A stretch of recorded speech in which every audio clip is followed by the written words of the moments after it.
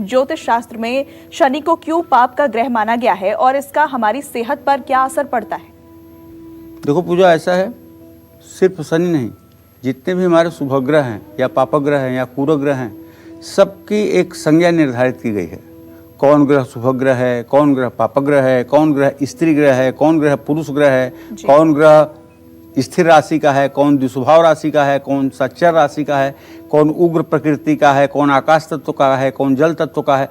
ये तमाम विभाजन, और इन विभाजन के साथ हमारे मनीषियों ने, हमारे महर्षियों ने, हमारे ऋषियों ने, मुनियों ने इन ग्रहों का एक स्वरूप भी अपने दिव्य दृष्टि से प्रस्तुत किया है कि अगर ये ग्रह है तो इसका आकार ये होगा, इसकी लंबाई ये होगी, इसका स्वरूप ये होगा, इसकी चाल ढाल ऐसी होगी। तो सारे ग्रहों के बारे में उनकी जो कल्पना रही है, जो उन्होंने अपनी तीसरी दृष्टि से देखा है।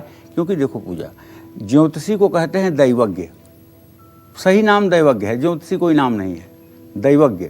दैवज्ञ का मतलब होता है जो दैव को ज्ञेय करे, अर्थात जो दैव को जाने, जो भगवान को जाने, जो ईश्वर को जाने, जो प्रकृति को जाने, वो दैवज्ञ होता है। बहुत बड़ी बात होती है, छोटी बात नहीं है। ये डिग्री छोटी डिग्री नहीं है, बहुत बड़ी डिग्री है, इसके ऊपर कुछ बचता नहीं है। तो जब दैव को जानने वाला व्यक्ति होगा तो ग्रहों को जान जाएगा, और जब ग्रहों को जान जाएगा तो उसके स्वरूप का सही चित्रण करेगा। तो आज हम अपने दर्शकों को शनिदेव के बारे में बताना चाहेंगे। देखिए, शनि तमोगुणी ग्रह है, क्रूर हैं, दयाहीन हैं। इनके स्वरूप के बारे में जो हमारे मनीषियों ने चर्चा की है, उसके आधार पर शनि के नाखून लंबे होते हैं, इनके बाल रूखे होते हैं, ये अधोमुखी होते हैं, मंद गति से चलना जानते हैं और आलसी भी हैं।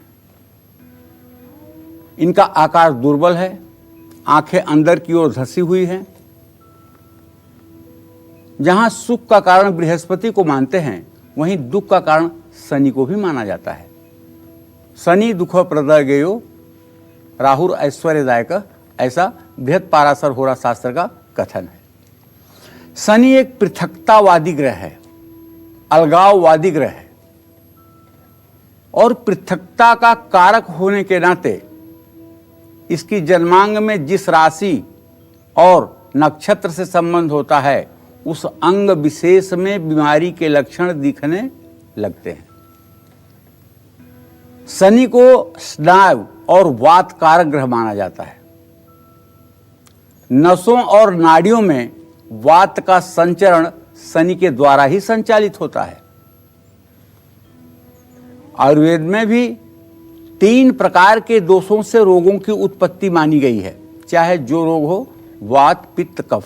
इन 3 के अलावा और कोई कारण नहीं हो सकता है रोग उत्पन्न होने के लिए। और 3 ही नाड़ियां हैं हाथ में, ईड़ा, पिंगला और सुषुम्ना। इन्हीं को देख करके वैद्य बताते हैं कि वात रूठा है, कि कफ रूठा है, कि पित्त रूठी है, और शरीर में रोग क्या हुआ है, कितने घंटे से हुआ है, इसका लक्षण क्या होगा। अगर आप अपने ही हाथ पर 2-4 दिन लगातार दाहिने हाथ की अंगूठे के सीधे नीचे आकर के नसों पर 2 हाथ रखेंगे, तो आपको यहाँ चलने वाली नाड़ी की गति बार बार बदलती हुई दिखाई देगी। कभी ये हंस की चाल चलेगी, कभी ये कौवे की चाल चलेगी, कभी ये हिरण की चाल चलेगी, कभी उछल उछल कर चलेगी, कभी एकदम सामान्य सामान्य चलेगी। ये चाल बताती है कि इस समय व्यक्ति के शरीर में क्या चल रहा है। तो इसी तरह से हमारे शरीर की जो आंतरिक गतिविधियां हैं, वात यानी शनि के द्वारा संचालित होती है।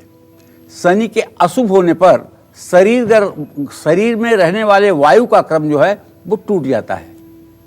अशुभ शनि जिस राशि नक्षत्र को पीड़ित करेगा, उसी अंग में वायु का संचार अनियंत्रित हो जाएगा।